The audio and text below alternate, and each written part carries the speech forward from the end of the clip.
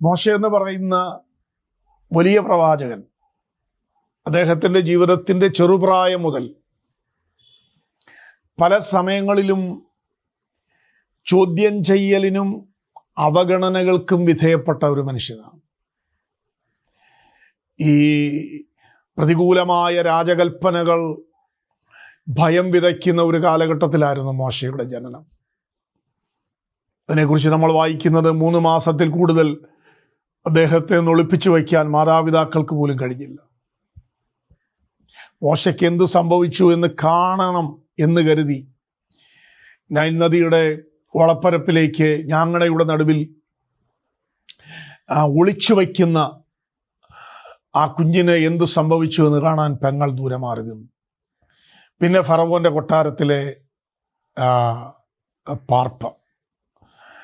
എന്നാൽ അതിനുശേഷം അദ്ദേഹത്തിൻ്റെ ഉള്ളിൽ വ്യാപരിക്കുന്ന ഒരു ആത്മീക ദർശനം, അദ്ദേഹം ദർശനമുള്ള ഒരു മനുഷ്യനായിരുന്നു. ഫറവോന്റെ കൊട്ടാരത്തിൽ ഫറവോന്റെ ചെറുമകൻ എന്ന നിലയിൽ പരിശീലനം സിദ്ധിച്ച, വാക്കിലും പ്രവൃത്തിയിലും എല്ലാം സമർത്ഥനായി തീരുന്ന ആ മനുഷ്യൻ ഒരു സമയം കഴിഞ്ഞപ്പോൾ തൻ്റെ സഹോദരങ്ങൾക്ക് എന്ത് സംഭവിച്ചു എന്ന് കാണണമെന്ന് തോന്നിയിട്ട് സഹോദരങ്ങളുടെ കാര്യത്തിൽ ഇടപെടുമ്പോൾ അദ്ദേഹം കേൾക്കുന്ന ഭയങ്കരമായൊരു ചോദ്യമുണ്ട്. നിന്നെ ന്യായകർത്താവായി നിന്നെ ഞങ്ങളുടെ നടുവിൽ നിയമിച്ചതാർ? മോശയുടെ പലായനം അവിടെ തുടങ്ങുകയായിരുന്നു. അപ്പം ചെറുപ്രായം മുതൽ തിരസ്കരണങ്ങളിലൂടെ സഞ്ചരിച്ച ഒരു മനുഷ്യനാണ്. 1-2 വർഷമല്ല, ദീർഘമായ 80 വർഷങ്ങൾ, രണ്ട് ഘട്ടങ്ങളായി അദ്ദേഹം പോയി. പിന്നെ ഒരു മരുഭൂപ്രയാണം. എന്നാൽ ഒരു വാക്യം നിങ്ങളുടെ ശ്രദ്ധയിൽ ഞാൻ കൊണ്ടുവരാം. അവൻ മരുഭൂമിക്കപ്പുറമുള്ള ഹോരേബിലെത്തി. ഏത് അവഗണനകളുടെ മരുഭൂമിക്കപ്പുറവും ദൈവികമായ ദർശനത്തിൻ്റെ ഒരു ഹോരേബ് നമുക്കായി കാത്തിരിക്കുന്നുണ്ട്.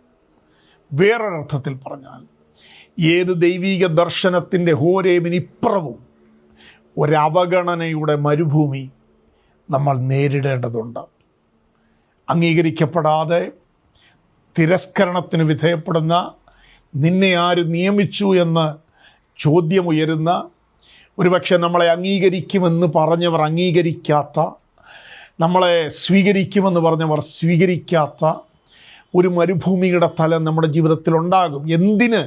അവസാനമല്ല, പിന്നെയോ അതിനപ്പുറമാണ് ആമേൻ ആത്മീകമായ അഗാധമായ ദർശനത്തിന് വിധേയപ്പെടുന്ന ഒരു ഹോരേബ് നമുക്ക് വേണ്ടി ഒരുക്കപ്പെടുന്നത്.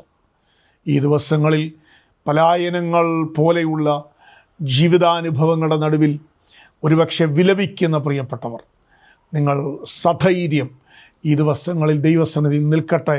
അത്ഭുതകരമായ ദൈവിക സമാഗമം നടക്കുന്ന ഒരു ഹോരേബ് നമുക്ക് വേണ്ടി കാത്തിരിക്കും.